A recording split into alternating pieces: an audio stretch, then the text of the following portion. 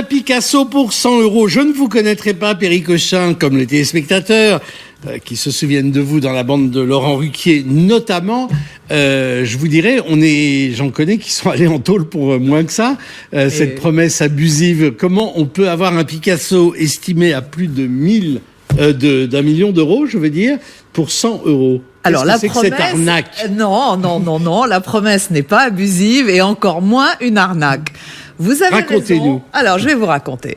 C'est une association qui œuvre depuis 30 ans pour la ville de Tyr, qui est classée aujourd'hui patrimoine mondial auprès de l'UNESCO. C'est une des très belles villes du Liban et très abîmée évidemment par... Voilà, malheureusement.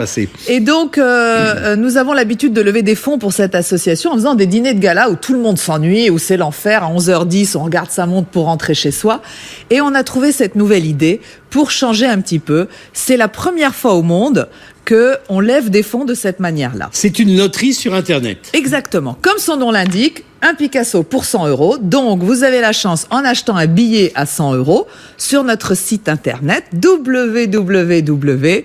Il va s'afficher pendant que vous parlez, car nous sommes très modernes. Oh, fou là là, énorme. Donc, là-dessus, vous allez sur ce site, vous achetez un billet à 100 € et vous avez peut-être la chance de gagner cette œuvre de Picasso, datée de 1914, qui est une œuvre authentique, certifiée par les enfants de Picasso.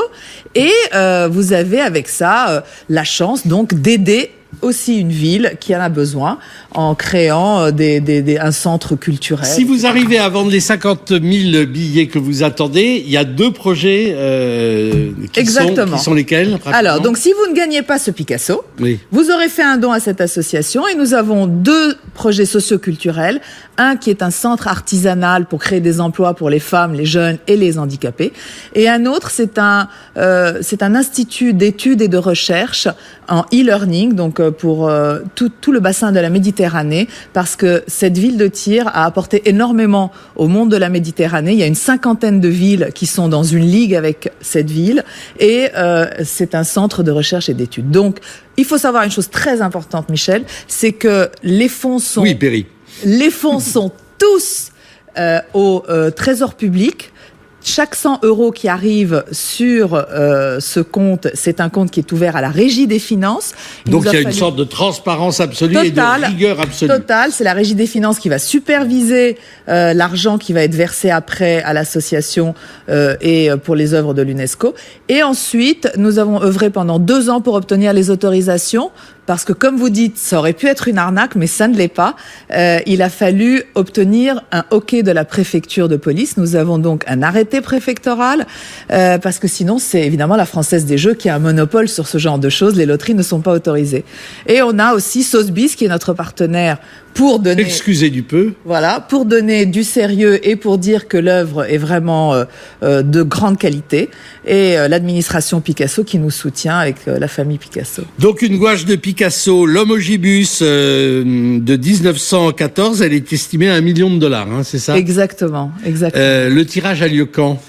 Normalement en fin d'année, vers le 18 décembre. Mais quoi, normalement, c'est pas déjà prévu, arrêté? Si, c'est totalement... Vous demandez aux gens de foutre 100 €, vous dites normalement, on va le tirer vers le 18. Essayez d'être un petit peu plus rassurante. Non, c'est le 18 décembre, c'est écrit sur le site. C'est chez Sotheby's, en présence d'un huissier, mais on se disait que si on vendait tous nos billets avant, les gens étaient impatients, ils avaient envie peut-être de la gagner tout de suite. Oui, donc on avancerait la date. Il n'y aura pas plus de 50 000 billets. Non, c'est uniquement 50 000 billets, donc faut se dépêcher parce qu'on a commencé à les vendre et on est plutôt content du résultat. Un Picasso pour 100 €. Alors c'est sur Internet, ça veut dire que le monde, c'est la première fois qu'une loterie mondiale est organisée sur Internet. Oui, absolument. Partout dans le monde, on peut participer. Le site est en plusieurs langues, évidemment. Et c'est très simple d'accès, c'est facile, c'est sécurisé. Faut rassurer les gens, faut pas qu'ils se disent « Ouh là là, qu'est-ce que ça veut dire ?» Oui, il n'y a pas d'arbitrage, de CDR, de trucs comme ça, hein, vous nous promettez. Non, il n'y a aucun problème. Les Laveuil, qu'est-ce que vous pensez d'une initiative pareille, vous, dont le nom évoque une telle belle dynastie de collectionneurs?